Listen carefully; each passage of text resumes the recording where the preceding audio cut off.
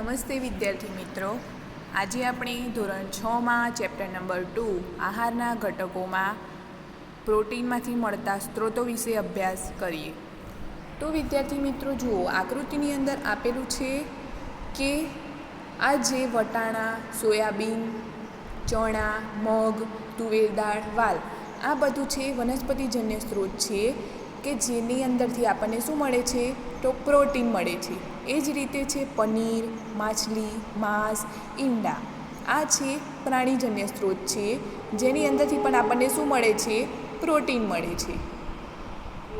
તો પ્રોટીનની આવશ્યકતા શરીરની વૃદ્ધિ તથા સમારકામ માટે હોય છે.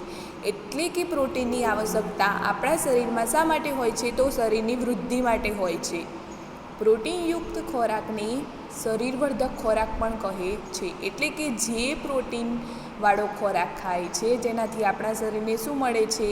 પોષણ એટલે કે તાકાત મળે છે. એટલા માટે તેને શું કહેવામાં આવે છે? તો શરીરવર્ધક ખોરાક કહેવામાં આવે છે. વિટામિન શરીરને રોગોથી રક્ષણ આપે છે. એટલે કે વિટામિન હોય છે આપણા શરીરની અંદર, વિટામિન એ આપણને શું કરે છે? તો જો કોઈ રોગ થયો હોય એનાથી રક્ષણ આપે છે આપણને.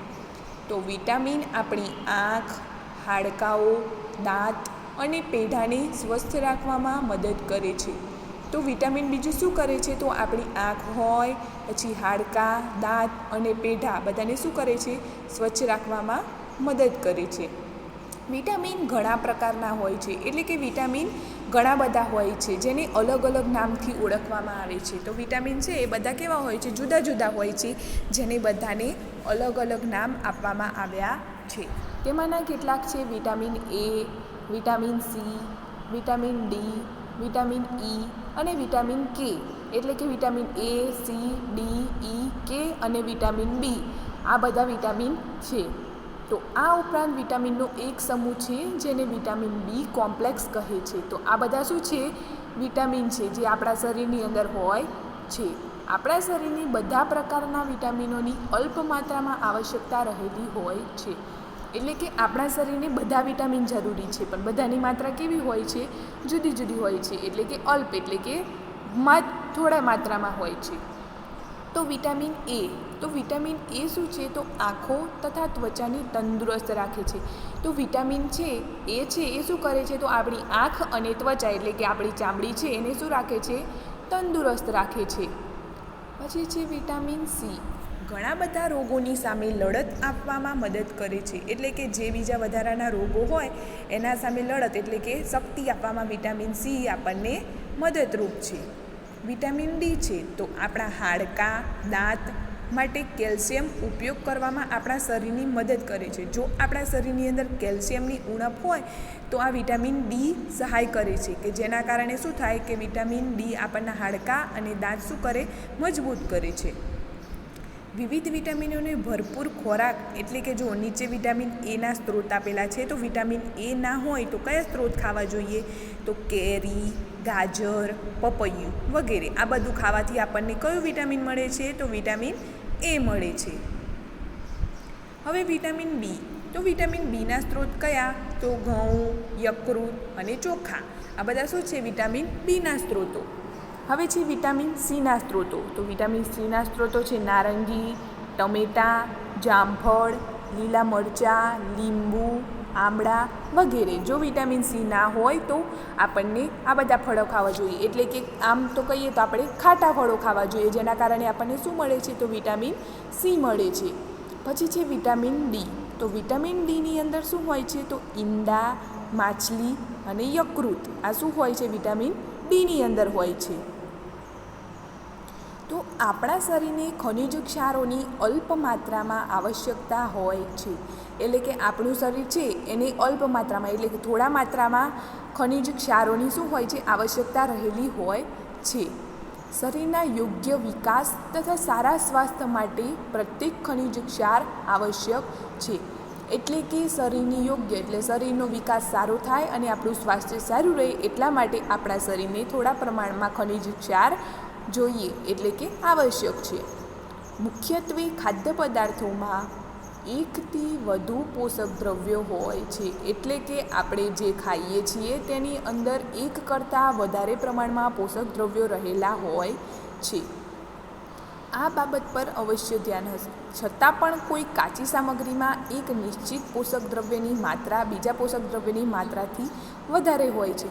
એટલે કે કોઈ કાચી સામગ્રી હોય એની અંદર શું હોય કે જે એક નિશ્ચિત પોષક દ્રવ્ય હોય તેની માત્રા કરતાં જે બીજા પોષક દ્રવ્ય હોય એની માત્રા કેવી હોય તો વધારે હોય. એટલે કાચી સામગ્રીની અંદર શું હોય, પોષક દ્રવ્યની માત્રા વધારે પ્રમાણમાં હોય.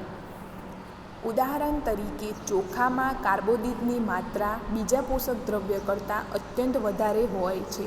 એટલે કે ચોખા હોય છે એની અંદર શું હોય, કાર્બોદિત. તો કાર્બોદિતની માત્રા કેવી હોય, બીજા બધા પોષક દ્રવ્યો હોય ને એના કરતાં ખૂબ જ વધારે પ્રમાણમાં હોય છે.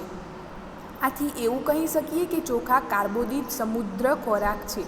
એટલા માટે આપણે એવું કહી શકાય કે ચોખા કેવા છે, તો કાર્બોદિત સમૃદ્ધ ખોરાક છે. આ પોષક દ્રવ્યો ઉપરાંત આપણા શરીરને પાચક રેસા તથા પાણીની પણ આવશ્યકતા હોય છે.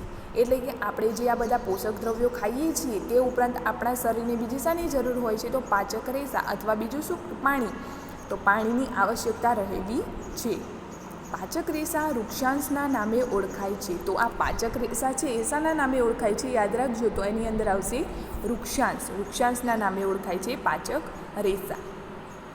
આપણા ખોરાકમાં વૃક્ષાંશ એટલે કે રેસાની પૂર્તતા વનસ્પતિ ઉત્પાદનોમાંથી થાય છે. એટલે કે આપણા શરીરની અંદર જે ખોરાક લઈએ છીએ એના જે રેસા હોય એની પૂર્તિ શાના લીધે થાય, તો વનસ્પતિનું ઉત્પાદન એટલે કે વનસ્પતિ આપણે જે ખાઈએ એનામાંથી થાય છે. તો વૃક્ષાંશ એટલે કે રેસાના મુખ્ય સ્ત્રોતો છે અનાજ, દાળ, બટાટા, તાજા ફળો તથા શાકભાજી. આ બધા શું છે, એક રેસા એટલે કે વૃક્ષાંશ, પાચક રેસા છે. એના મુખ્ય સ્ત્રોત તો કયા કયા આવશે, તો અનાજ, દાળ, બટાટા, તાજા ફળો અને શાકભાજી. આ ખાસ યાદ રાખજો. વૃક્ષાંશ એટલે કે રેસા આપણા શરીરને કોઈ પણ પોષક દ્રવ્ય પ્રદાન કરતા નથી, છતાં પણ તે આપણા ભોજનનો આવશ્યક ઘટક છે.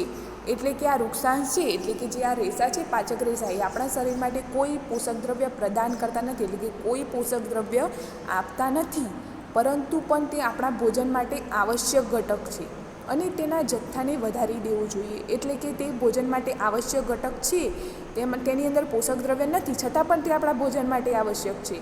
તો તેના જથ્થાને શું કરવામાં આવે છે, તો વધારવામાં આવે છે. રેસાઓ અપાચિત ખોરાકને આપણા શરીરમાંથી બહાર કાઢવામાં મદદ કરે છે. એટલે કે આ જે રેસાઓ હોય છે એ શું કરે છે, તો જે અપાચિત ખોરાક હોય એને આપણા શરીરમાંથી શું કરે છે, બહાર કાઢવામાં મદદ કરે છે. તો જુઓ આની અંદર આકૃતિ આપેલી છે ખનિજ ક્ષારોના સ્ત્રોતો. કેટલાક ખનિજ ક્ષારોના સ્ત્રોતો, તો એની અંદર જુઓ તો આયોડિન. તો આયોડિન શાની અંદરથી મળે છે આપણને, તો માછલી.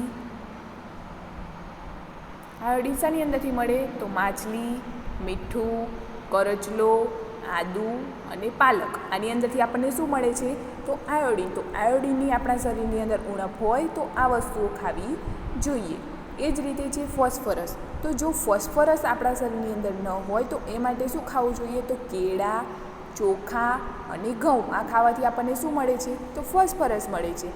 પછી છે આયર્ન. તો આપણા શરીરની અંદર આયર્નની ઉણપ હોય તો પાલક એટલે કે લીલી શાકભાજી, પછી સફરજન, યકૃત અને જમરૂખ. આ બધા છે આયર્નના સ્ત્રોતો. તો ખાસ યાદ રાખજો કે આયોડિનના સ્ત્રોતો કયા, ફોસ્ફરસના સ્ત્રોતો કયા, આયર્નના સ્ત્રોતો કયા. અને હવે છે કેલ્શિયમ. તો કેલ્શિયમના સ્ત્રોતો છે ઈંડા. તો ઈંડા ખાવાથી આપણને શું મળે છે, કેલ્શિયમ. તો આ બધા શું થયા, ખનિજ ક્ષારના સ્ત્રોતો. તો ખનિજ ક્ષારો કયા કયા, તો કેલ્શિયમ, આયર્ન, ફોસ્ફરસ અને આયોડિન. આ છે એ ખનિજ ક્ષાર છે અને એના સ્ત્રોતો આપણે જોયા એ. આ ખાસ યાદ રાખજો. હવે છે પાણી. આપણા આહારમાં રહેલા પોષક દ્રવ્યોનું શોષણ કરવામાં આપણા શરીરને મદદ કરે છે. એટલે કે પાણી છે એ શું કરે છે, તો આપણા શરીરની અંદર જે પોષક દ્રવ્યો રહેલા છે તેનું શોષણ કરવામાં શું કરે છે, આપણા શરીરને મદદ કરે છે.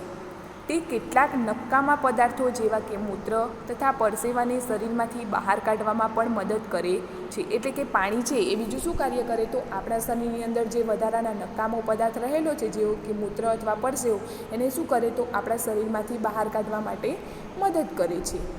સામાન્ય રીતે આપણા શરીરને જેટલા પાણીની જરૂરિયાત છે તે પાણી આપણને એ દ્રવ્યોમાંથી પ્રાપ્ત થાય છે જેને આપણે પ્રવાહી સ્વરૂપે લઈએ છીએ. એટલે કે પાણી છે એ દ્રવ્યો એ આપણને દ્રવ્યોમાંથી પ્રાપ્ત થાય છે. શામાંથી પ્રાપ્ત થાય છે? જે આપણે ખાઈએ છીએ એ દ્રવ્યોમાંથી આપણને પાણી પ્રાપ્ત થાય છે, જેને આપણે શું કહીએ છીએ? તો પ્રવાહી સ્વરૂપે. તો એવા દ્રવ્યો કયા કયા કે જે આપણે પ્રવાહી સ્વરૂપે લઈએ છીએ? જેમ કે પાણી, દૂધ, ચા વગેરે, કે જે પ્રવાહી સ્વરૂપે હોય એ દ્રવ્યોમાંથી આપણને શું મળે છે? તો પાણી, એટલે કે પાણી મળે છે. તો આ ઉપરાંત આપણે જે ખોરાક રાંધીએ છીએ તેમાં પણ પાણીનો ઉપયોગ કરીએ છીએ. એટલે કે આપણે જે ખોરાક બનાવીએ એની અંદર આપણે પાણીનો ઉપયોગ તો કરતા જ હોઈએ છીએ. કંઈ પણ વસ્તુ બનાવીએ એની અંદર પાણીનો ઉપયોગ કરતા હોઈએ છીએ. એટલા માટે પાણી એ આપણા શરીર માટે ખૂબ જ આવશ્યક ઘટક છે. થેન્ક યુ વિદ્યાર્થી મિત્રો.